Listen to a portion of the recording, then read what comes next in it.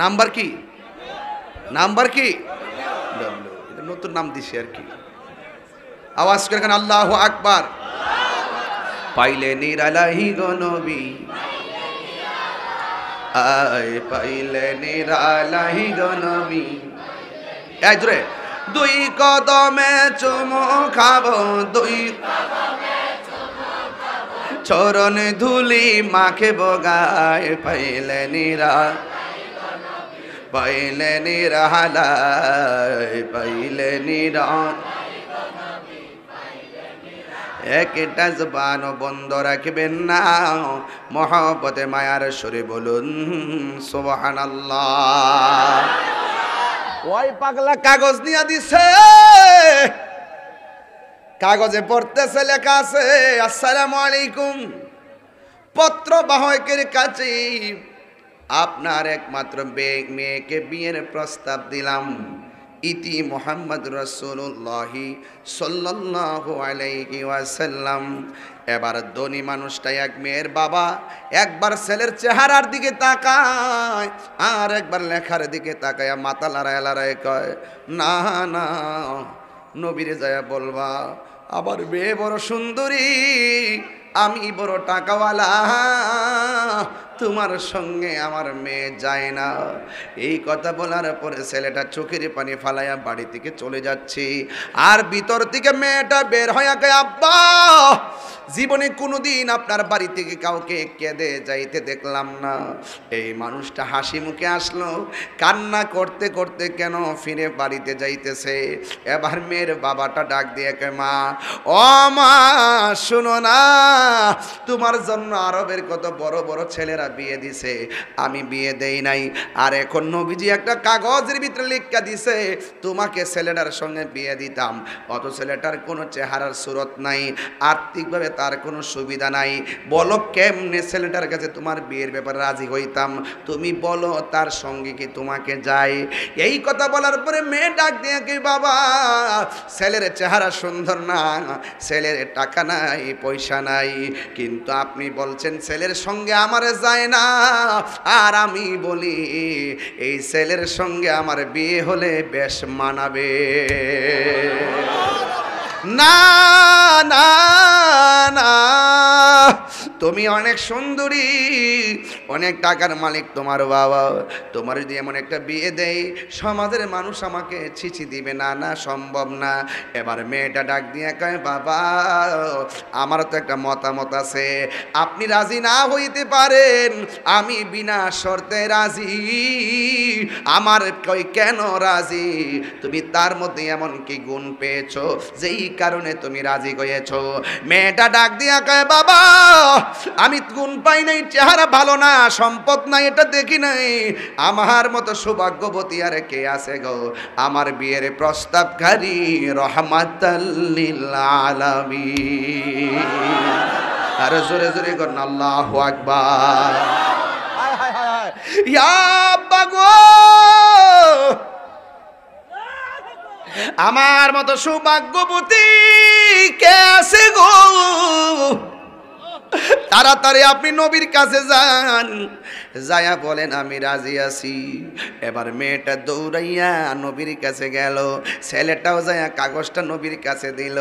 ওই মুহূর্তে ছেলে মেয়ের বাবা ডাক দিয়ে কই, ও নবী গো, আপনি আমার মাফ করবেন, আমি না করছিলাম, কিন্তু আপনি নবী যদি না শব্দটা শুনতেন আমার জীবন বরবাদ হয়ে যেত গো নবী। এরা রাসূলুল্লাহ ইয়া হাবিবাল্লাহ, আমার মেয়ে বলছে বিয়ের মধ্যে রাজি আছে, কারণ আপনি নবী যেখানে প্রস্তাব করেছেন আমার মেয়ের মতো সৌভাগ্যবতী আর কে আছে গো। এবার আমার নবী ডাক দিয়া কয়, ও সাহাবীরে তুমি আমারে বলো না, তুমি যে মেয়েটারে বিয়ে করবা তোমার কাছে কত টাকা আছে। সাহাবী ডাক দিয়ে নবী গো, নবী গো, ও মার নবী, আমার কোনো টাকা নাই পয়সা নাই, শুধু গেঞ্জিটা আছে আর লুঙ্গিটা আছে, আর কিছু নাই। নবীর সাহাবীরা ডাক দিয়ে নবী গো, আমার ভাইয়ের টাকার চিন্তা করবেন না, আমরা সবাই মিলনা ভাইয়ের টাকা দিয়ে স্বাবলম্বী বানাবো। সমাজের মধ্যে যদি কোনো মেয়ের বিবাহ না হয়, গোপনে যাইয়া মেয়ের টাকা দিবেন, মানুষের সামনে দিবেন না, দিলে সে লজ্জা পাবে। এবার সাহাবীরা ডাক দিয়ে কয়, নবী গো, আমরা সবাই মিলনা তার টাকা দিব। এবার সবাই মিললে তার টাকা দিয়া বিয়ের কেনাকাটা করার টাকা হইয়া গেছে, ভরণ পোষণ হবে এমন টাকার মালিক তারে বানাইয়া। এবার আমার নবী ডাক দেখে, জান জান আপনার মেয়েকে রেডি করেন। আর এই দিক দিয়ে আমার নবী এই সাহাবীরে ডাক দিয়া কয়, সাহাবীরে তুমি তাড়াতাড়ি বাজারের মধ্যে যাও, বাজারে যাইয়া বিয়ের বাজার করে নিয়ে আসো। এবার বিয়ের বাজার করার জন্য এবার সাহাবী যখন গেলেন, যাইয়া সব বাজার করলেন। বাজার কইরা যেই মাত্র টাকাগুলা মালিকরে দিব, যেই মাত্র টাকাটা পেট করতে যাবে, হঠাৎ করে একটা কানের মধ্যে মসজিদ থেকে মাইকের আওয়াজ আসছে। কে যেন বলতেছে, হাইয়া আলাল জিহাদ।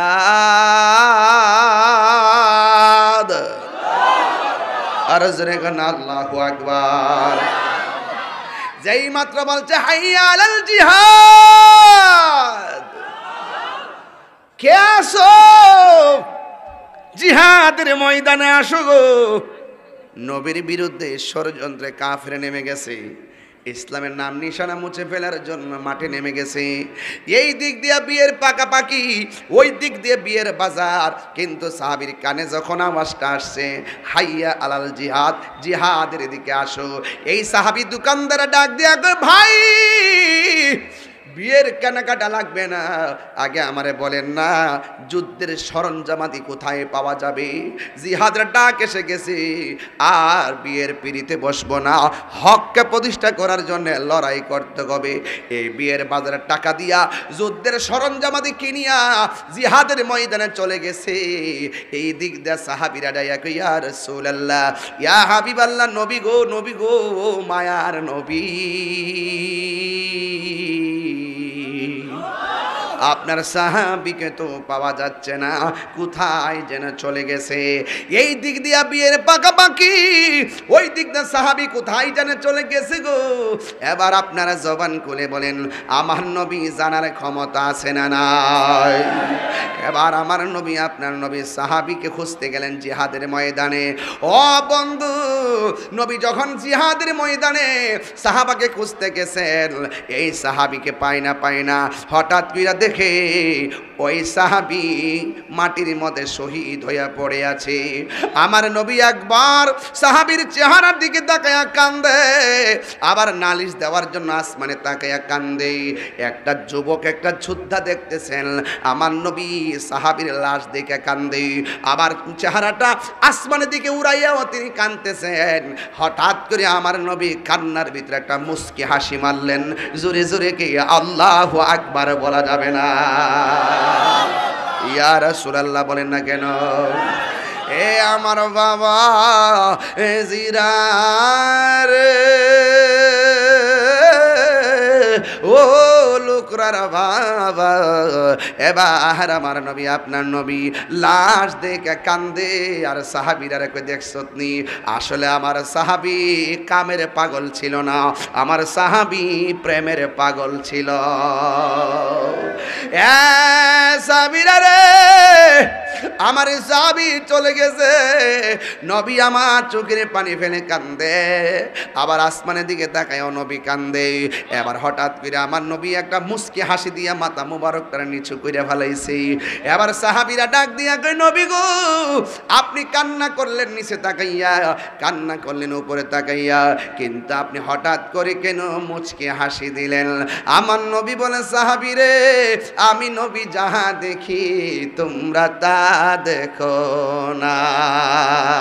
ঠিক কিনা রে বাবা? ইয়া রাসূলুল্লাহ,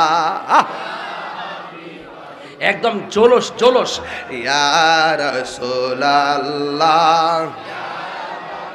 বল্লা ইয়া রাসূলুল্লাহ, আমারি মতের নিদান, এই আমারি মতের নিদান থাকিয়া নবী গো আমার সামনে দেখিব আপনাকে আপন নয়নে দেখিব আপন নয়নে ইয়া রাসূলুল্লাহ আল্লাহ ইয়া রাসূলুল্লাহ মুনকার নকির আসিয়া সওয়াল করবে বসায়া মুনকার নকির আসিয়া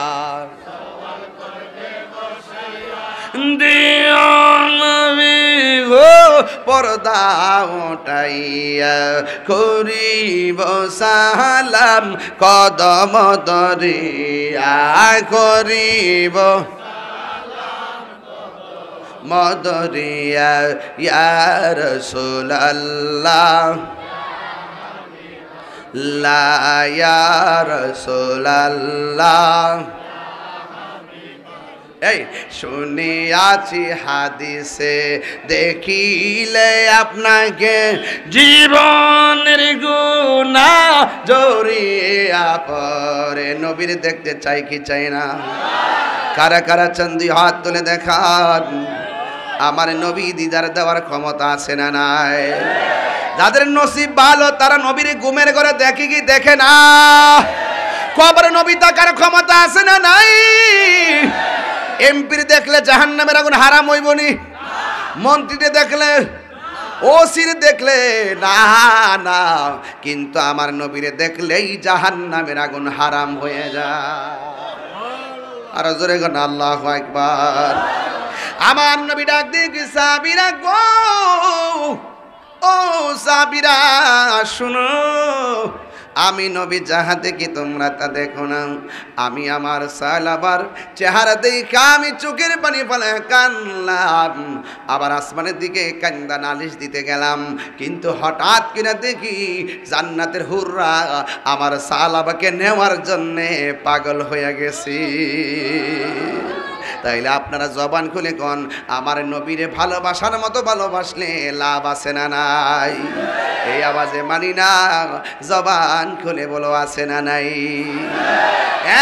বন্ধু সাহাবারা নবীরে কেমন ভালোবাসতো নবীর তিনটা সাহাবীকে আমার নবী ডাক দিয়ে কে সাহাবীরা রে ও সাহাবীরা যুদ্ধের ময়দানে যাইবা এই যুবক ভাইয়ের আগামী থেকে যুদ্ধের ময়দানে যাইতে চান কি চান না এই মুহূর্তে যদি তালিকা করা হয় ইসরায়েলের বিরুদ্ধে ফিলিস্তিনের মুসলমানদের সমর্থনে জীবন দিবা রাজি আছো না নাই আর জোরে আছো না নাই জীবন দিলে লাভ আছে না নাই মরলে শহীদ বাঁচলে গাজী তবেই হবে আমার মাওলা রাজি আর জোরে কেন আল্লাহু আকবার এই জন্য নবীর সাহাবীকে ডাক দিয়া কয় সাহাবী রে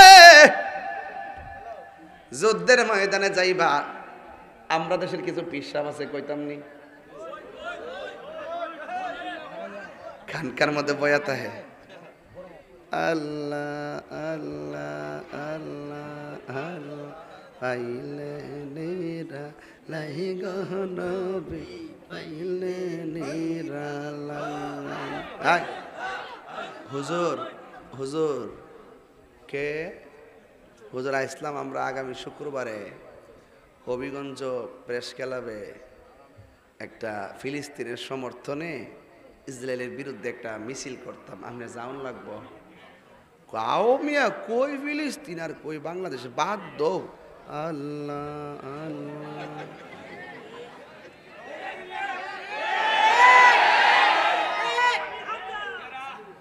ঠিক নেই ঠিক নেই এর আছে না মিসওয়াক করা সুন্নত এটা সহজভাবে মানে আমরাও মানি খাবার পরে মিষ্টি খাওয়া সুন্নত এটা আমরা মানি রাজপথে যে রক্ত দেওয়া সুন্নত এটা মানে না গাম জড়ানোর প্রশ্ন হইলে টেহা দেওয়ার প্রশ্ন হইলে আবার দেখবেন যে গরু আনছে আব্বা গরু আনছিলাম কি দরকার ছিল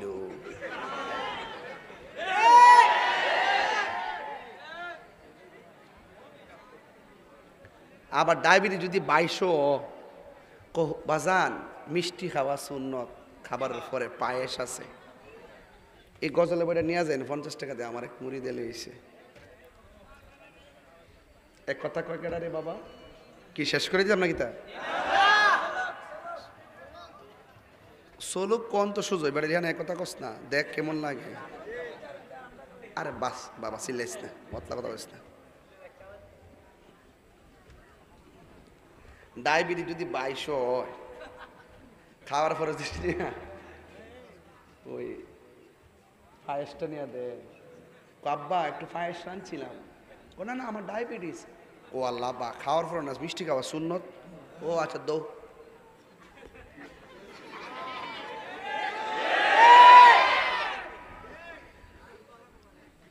তুমি মিসওয়াক করা ফজিলত তো জানো, খাবার শেষে মিষ্টি মুখের হাদিসটাও মানো। শুধু হক কথাটা উচ্চ সুরে বলতে পারো না, অন্যায় দেখে বারুদ হয়ে জ্বলতে পারো না। কেমন মুসলমান তুমি একটু ভাবো না, কেমন তোমার ঈমান একটু বলো না। ঠিক কি না বলো বেড়া, রাজপথে পাওয়া যায় না। এবার দেখাই দিছে দামাল ছেলেরা, ওরা বলছে আপনারা খানকায় ঘুমান, আমরা যাচ্ছি। তাহিরি এই জন্য নরম এবং গরম। ফিলিস্তিন ইস্যুতে আমি অনেক কথা বলেছি, ঠিক না? শুধু এখন ইসরায়েল ওখানে না, ইসরায়েল এখন বাংলাদেশও আছে, ইহুদিদের দালাল এখনো আছে, তলে তলে ডলার খায়, আছে কিনা বলেন? প্রয়োজনে আবার যুদ্ধ হবে।